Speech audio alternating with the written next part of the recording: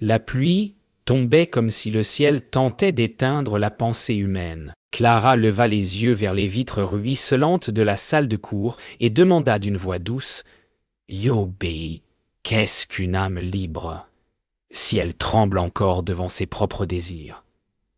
Yo, un silence, lourd et vibrant, envahit la pièce. Les étudiants se regardaient, incapables de répondre. Sophia, au fond, serrait son carnet. Comme si les mots pouvaient s'enfuir. Dans le couloir, Elias écoutait, un sourire ironique aux lèvres, convaincu que l'âme n'était qu'un mirage électrique. Mais Clara, elle sentait une fêlure, un vertige. Elle se souvenait de la phrase de Spinoza. « Nous ne désirons pas une chose parce qu'elle est bonne. Elle est bonne parce que nous la désirons. » Et soudain, une peur plus profonde naquit. Celle que la raison ne soit qu'un autre nom pour la servitude. Et si penser librement signifiait perdre tout ce qu'on croit être soi, la nuit s'était abattue sur la ville comme une pensée qui refuse de s'éteindre. Dans son bureau, Elias observait les oscillations d'un cerveau sur son écran, une mer d'ondes électriques vibrant au rythme de la conscience. Il se disait que tout n'était qu'énergie. La peur, l'amour, la foi, la joie, rien d'autre que des flux mesurables. Pourtant, un frisson étrange le traversa lorsqu'il se rappela le regard de Clara. Elle, avec ses silences qui semblaient contenir plus de vérité qu'un millier d'expériences. Il se demanda si Spinoza avait eu raison. Comprendre, c'est aimer. Mais aimer quoi? La vérité ou la force qui nous y conduit? Au fond, il craignait une chose, que la raison, qu'il vénérait, ne soit qu'une émotion bien déguisée. Sophia n'arrivait pas à dormir. Les mots de Clara tournaient dans sa tête comme une prière inversée. Elle se demanda si la liberté était un acte ou un état, si penser autrement pouvait la sauver de cette angoisse sourde qui l'habitait. Elle prit son livre de Spinoza et lut à voix basse « La connaissance du vrai bien est le désir suprême de l'âme ». Les larmes montèrent sans qu'elle comprenne pourquoi. Peut-être que la vérité ne se cherche pas. Peut-être qu'elle se reconnaît, comme un souvenir ancien. Et dans le silence de sa petite chambre, Sophia comprit que la philosophie n'était pas une idée, mais une blessure qui enseigne. Léon vivait dans l'obscurité. Mais il disait que la lumière n'était qu'un mensonge visuel. Il écoutait la ville respirer, le vent, les pas, les voix. Tout cela formait pour lui une géométrie invisible, celle que Spinoza appelait la substance. Il griffonna quelques mots sur un papier. La joie est la preuve de l'existence. Ce n'était pas une maxime, mais une confession. Car, même aveugle, Léon voyait ce que d'autres refusaient d'admettre. Que la pensée n'est rien sans le cœur, et que le cœur, s'il comprend, devient lumière. Il sourit, sentant sur son visage la chaleur du matin naissant. Peut-être que Dieu, pensa-t-il, n'est pas au-dessus de nous, mais à l'intérieur de chaque émotion que nous osons comprendre. Clara resta seule dans la salle après le départ de tous. Elle fixait la craie blanche sur le bureau, se souvenant de la phrase qu'elle avait effacée, « La liberté est la compréhension de la nécessité ». La salle sentait encore la pluie. Dans le silence, elle sentit remonter les souvenirs de sa jeunesse, les rêves d'une vérité pure, la conviction que la raison pouvait guérir les blessures du monde. Mais à présent, elle doutait. Était-ce la raison qui l'avait guidée ici, ou la peur d'aimer sans comprendre? Elle se leva lentement, observa son reflet dans le tableau noir. Derrière son visage, elle crut voir celui d'une femme qu'elle ne connaissait plus. Et dans ce regard double, la philosophie devint soudain une prière silencieuse. Le lendemain, Elias invita Clara à assister à une expérience. Il voulait prouver que toute émotion pouvait être prévue, calculée, anticipée. Des électrodes sur le crâne d'un volontaire, des écrans vibrants de données. L'âme disséquée par la lumière froide des machines. Clara regardait sans parler. Ce qu'elle voyait ne lui inspirait ni émerveillement ni rejet, mais une étrange mélancolie. Spinoza avait écrit le désir est l'essence de l'homme. Pourtant, face à ces chiffres, elle sentit que l'essence se fuyait elle-même. Le volontaire sourit, puis pleura sans raison apparente. Elias nota la réaction, satisfait. Clara, elle, comprit que la science pouvait mesurer les larmes, mais non la cause invisible qui les faisait naître. Sophia attendit Clara à la sortie de la faculté. Elle voulait comprendre pourquoi la raison semblait si froide, pourquoi ses émotions la brûlaient autant. Clara l'écouta, sans juger, comme si chaque mot pesait une vérité à moitié formulée. « Yoga peut-on aimer sans se perdre ?» « Yo » demanda Sophia. Clara sourit tristement. « Ego peut-être qu'aimer, c'est se retrouver dans ce qu'on croyait perdre. » Yo, le vent passait dans leurs cheveux, la lumière du soir dessinait des ombres longues sur le trottoir. Sophia sentit une paix nouvelle, douce, fragile. Dans le silence, elle comprit que la raison ne tue pas le cœur. Elle lui apprend à respirer. Léon, guidé par un ami, entra dans le bureau de Clara. Il voulait la remercier d'avoir cité ses vers lors d'un séminaire. Ils parlèrent longtemps de la joie, de la liberté, de la nécessité de comprendre le monde sans le dominer.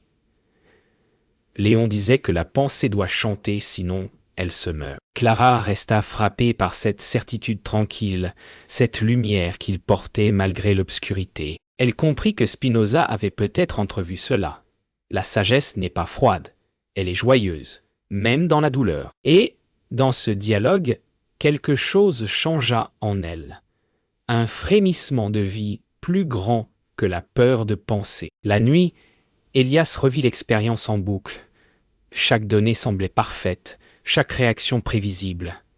Et pourtant, un vide le rongeait. Il se surprit à penser à Clara, à son regard, à sa manière d'écouter le silence. Était-ce cela, la faille dans sa théorie? Un sentiment impossible à quantifier. Il tenta de le rationaliser, mais plus il pensait, plus le mystère grandissait. Devant la vitre du laboratoire, il vit son reflet et murmura « Yoga peut-être que comprendre. C'est ressenti. » Yo, mais aussitôt, il éteignit la lumière, comme s'il avait trahi son propre Dieu. Dans l'amphithéâtre vide, Clara écrivit au tableau. La joie est le passage de l'homme à une perfection plus grande. Spinoza. Elle pensa à Sophia, à Elias, à Léon. Chacun d'eux cherchait à sa manière la même chose, comprendre pourquoi nous souffrons pour exister. Elle comprit soudain que la joie n'était pas le contraire de la tristesse, mais sa transformation. Elle posa la craie, s'assit et ferma les yeux. Une paix étrange l'envahit. Non pas la certitude, mais la clarté d'un cœur qui cesse de fuir. Et dans ce silence, elle entendit, comme une réponse à son ancienne question. Penser librement, ce n'est pas se perdre, c'est enfin se trouver. Le jour s'était levé lentement, comme une idée qui hésite à naître. Clara marchait seule sur les quais, respirant l'air humide du matin. Chaque pas semblait battre au rythme d'une pensée encore inachevée. L'âme humaine n'est pas un empire dans un empire, se souvenait-elle. Elle comprenait enfin ce que Spinoza voulait dire. Nous ne sommes pas séparés du monde, mais un fragment de son souffle. Elias l'avait appelée dans la nuit. Un message court, inquiet. Elle ne répondit pas. Elle voulait d'abord écouter ce silence en elle, ce lieu où la raison et le cœur ne s'opposent plus, mais se regardent comme deux miroirs. Peut-être que la paix n'est pas absence de passion, mais sa transfiguration. Elias retrouva Clara dans un café près du fleuve. Leurs regards se croisèrent comme deux forces contraires. Il parla de ses expériences, de ses doutes, de cette fatigue de vouloir tout comprendre. Clara l'écouta, puis dit doucement « Egua et si comprendre, c'était cesser de vouloir maîtriser. » Elias resta muet. Il sentit que sa science, qu'il croyait absolue, se fissurait devant cette simplicité. Le bruit des tasses, la chaleur du café, la lumière tremblante sur la table. Tout prenait un sens plus grand. Il pensa. Peut-être que l'amour n'est pas une anomalie dans le système, mais sa preuve la plus exacte. Et dans ce moment suspendu, la raison sembla respirer à nouveau. Sophia sortait d'un cours de métaphysique quand elle aperçut un graffiti sur un mur. La liberté est intérieure. Elle s'arrêta, fixée par ces mots simples. Depuis qu'elle suivait Clara, elle sentait en elle une mue subtile. Ses émotions ne la dominaient plus. Elle la guidait. Elle comprenait maintenant ce que signifiait l'effort pour persévérer dans son être. Elle se rendit compte qu'elle n'avait plus peur d'aimer, ni même de souffrir. Tout devenait expérience, non punition. Le monde ne la blessait plus, il la formait. Et en murmurant pour elle seule, elle dit « Diogdé, je ne veux plus comprendre pour fuir, mais pour vivre. » Yo! Léon écrivit une lettre à Clara. Il lui parlait du temps, de la joie, du miracle d'exister même dans la perte. Il disait qu'un homme qui pleure ne s'éloigne pas de la sagesse. Il s'en approche. Ces mots résonnaient comme une musique lente. Égayer la joie, Clara, n'est pas un sentiment, c'est une connaissance. En lisant ces lignes, Clara sentit une larme glisser sur sa joue. Ce n'était ni tristesse ni bonheur, mais un sentiment pur, sans nom. Elle comprit que comprendre la vie ne signifiait pas l'expliquer, mais la laisser traverser son âme sans résistance. Clara, Elias, Sophia et Léon se retrouvèrent un soir autour d'une table, invités par hasard à une conférence sur Spinoza. Chacun parla à sa manière, non comme des savants, mais comme des êtres en quête. Elias parla du cerveau, Sophia du cœur, Léon de la voix du monde, et Clara, enfin, de l'unité de tout cela. Le public écoutait, suspendu, et quand elle conclut, « Égal à comprendre, c'est aimer la nécessité, you. » Un silence s'installa, dense, lumineux. Pour la première fois, ils sentirent que la raison et le sentiment ne s'opposaient pas, mais dansaient ensemble, comme deux rivières rejoignant la mer de l'être. Cette nuit-là, Clara fit un rêve étrange. Elle marchait dans un couloir infini, tapissé de miroirs. Chaque reflet montrait une version différente d'elle-même. La professeure, la jeune étudiante pleine d'espoir, la femme fatiguée qui doutait encore. Toutes la regardaient sans un mot. Puis une voix, peut-être celle de Spinoza, ou simplement sa conscience, murmura « L'ordre n'est pas dans les choses, mais dans l'esprit qui les perçoit. » Alors, les miroirs se brisèrent lentement, sans bruit. Elle sentit la peur la traverser, mais aussi une immense clarté. En se réveillant, elle comprit. Ce n'est pas le monde qu'il faut arranger, c'est le regard qu'on porte sur lui. Elias passa la nuit devant son tableau blanc, griffonnant des formules qui ne menaient nulle part. Les équations semblaient danser, se défaire, se moquer de lui. Il réalisa soudain que la science, dans sa quête d'ordre, oubliait souvent la beauté du chaos.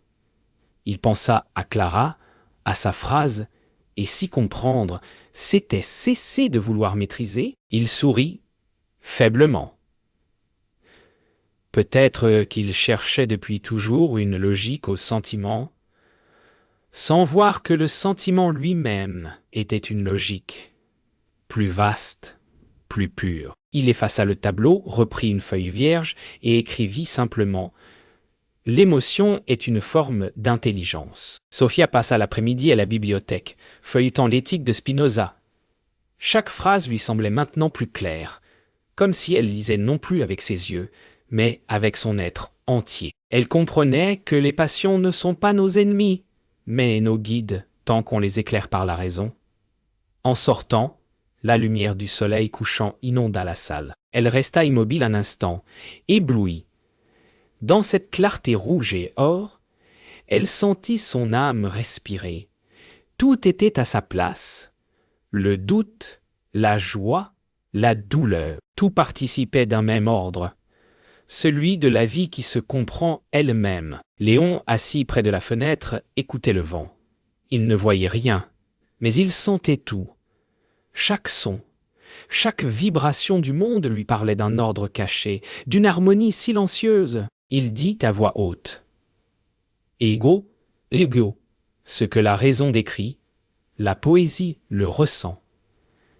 Yo, puis il se mit à réciter ses propres vers. Le monde ne se divise pas. Il respire. À cet instant, il sut que la connaissance n'a pas besoin d'yeux, seulement d'une âme ouverte. Il leva la tête, un sourire paisible aux lèvres, et murmura.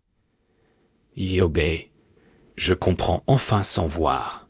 Yo. Le soir, Clara réunit ses élèves pour un dernier cours avant la pause d'hiver. Elle demanda « Yogué, que voyez-vous quand vous regardez le monde ?» Yo, les réponses furent multiples. Un chaos, une mécanique, une beauté. Elle hocha la tête et dit « Ago, tout cela est vrai, car tout cela est en vous. » Yo, le silence tomba, presque sacré. Sophia regarda Elias, qui sourit pour la première fois sans ironie.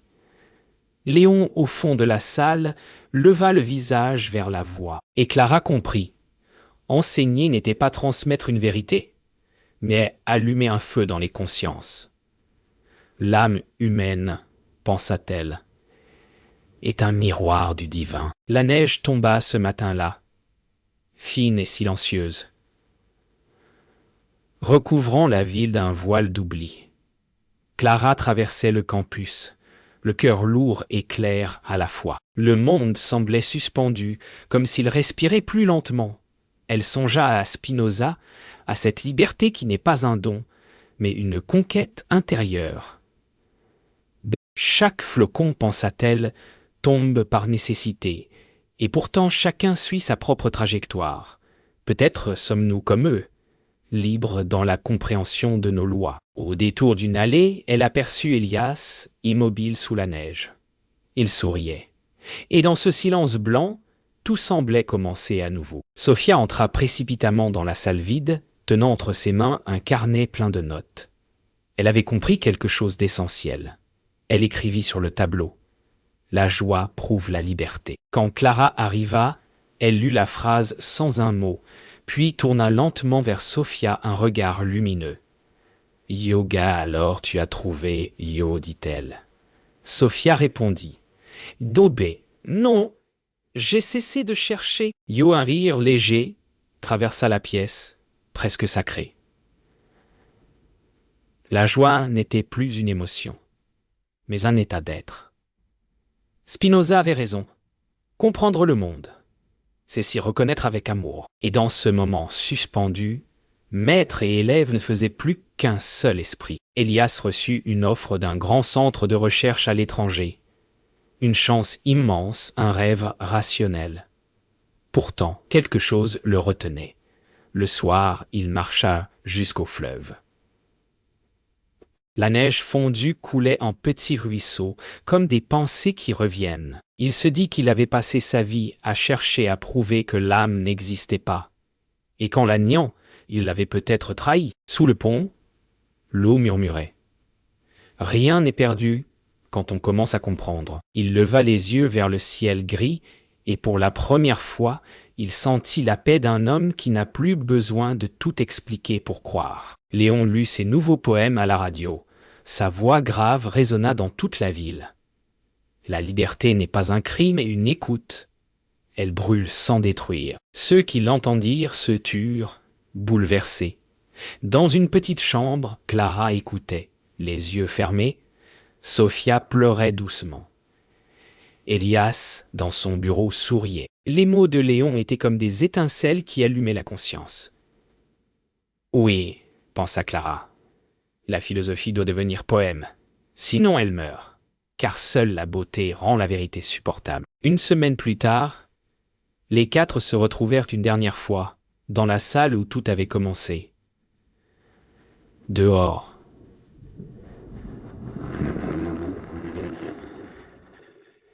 Dehors, la neige fondait, révélant la terre noire et humide. Clara parla lentement.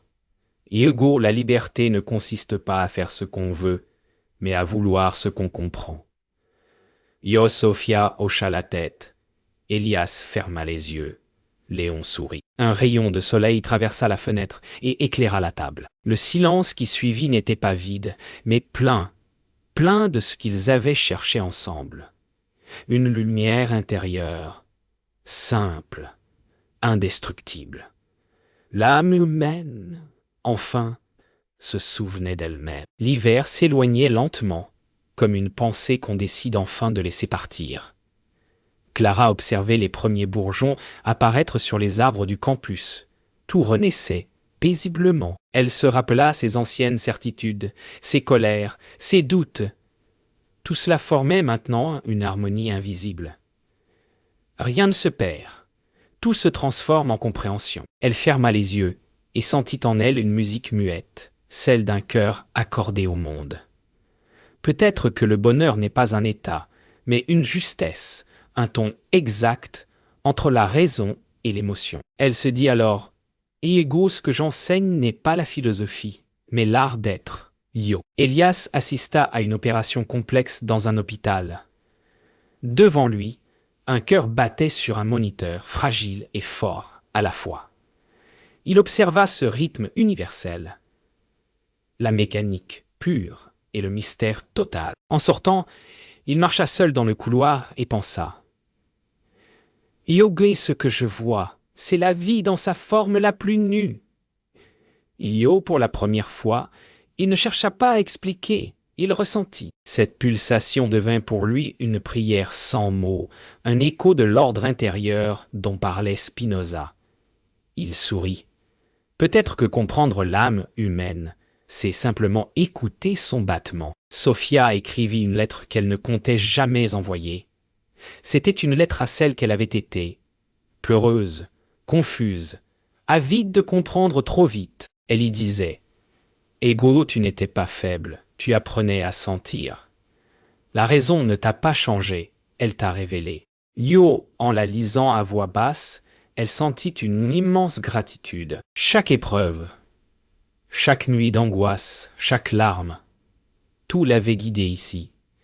Elle rangea la lettre dans son livre de Spinoza et referma doucement la couverture. Désormais, la philosophie n'était plus pour elle une fuite vers le haut, mais un retour vers soi. Léon fut invité à parler lors d'une soirée poétique. Il monta sur scène, sans papier, sans notes. Le public attendait. Il se contenta de dire « Diobé, écoutez ». Yo, un long silence s'installa, si dense qu'on aurait pu le toucher. Certains pleuraient, d'autres fermaient les yeux. Léon ajouta « Diobé, le silence est la musique de la raison ». Yo, puis il s'assit. Rien de plus. Ce soir-là, la ville entière sembla respirer un peu mieux. La paix ne venait pas des mots, mais de l'espace qu'il laissait. Et dans cet espace, chacun entendit la voix de son propre cœur.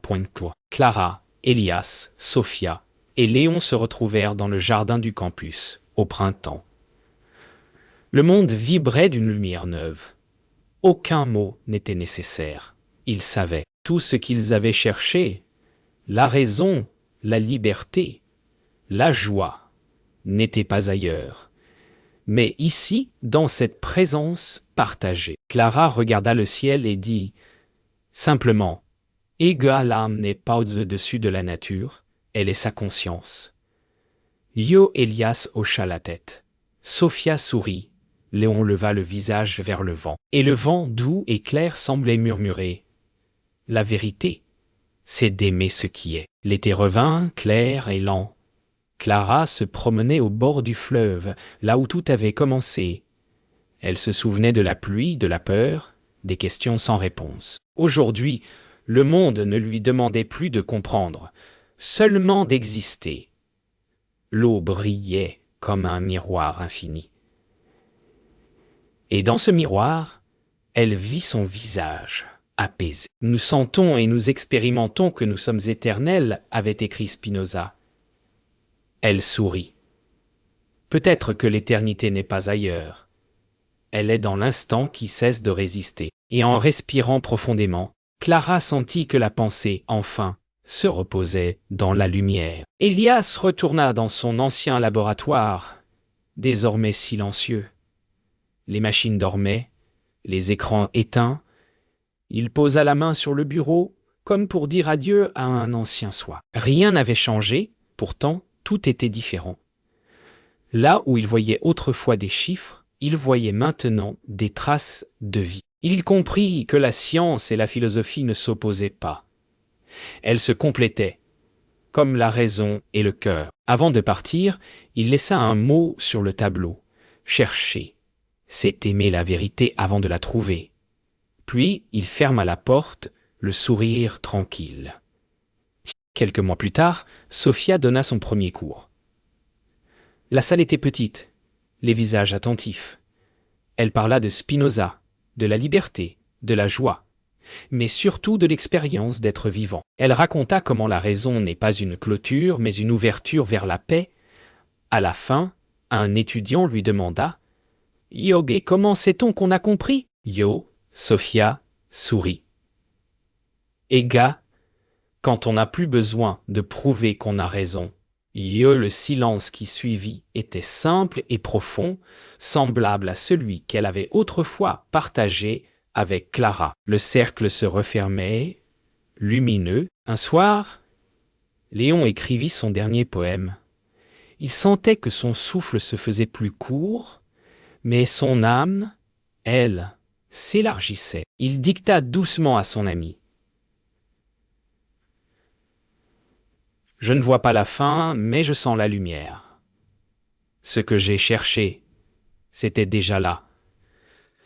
Dans le simple fait d'aimer le monde comme il est. Quand il eut fini, il sourit. « Au gai dealer !»« Yo » murmura-t-il. « Au gars que la raison est un champ, pas un calcul. » Yo, puis il s'endormit, paisiblement comme une pensée qui retourne à sa source. Et cette nuit-là, la ville sembla plus silencieuse, comme si elle écoutait encore sa voix. 1 an plus tard, Clara, Elias et Sophia se retrouvèrent au bord du fleuve. Le printemps brillait, doux, presque immobile. Ils ne parlèrent pas de Léon. Ils le sentaient présent, dans le vent, dans la lumière.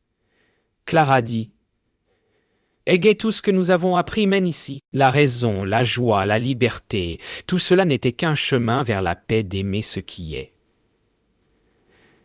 Sophia ferma les yeux. Elias prit une grande inspiration. Le fleuve scintillait, sans fin, et dans ce silence vaste, ils comprirent. L'âme humaine n'est pas une énigme à résoudre, mais une harmonie à vivre. Le monde à cet instant leur répondit par un souffle.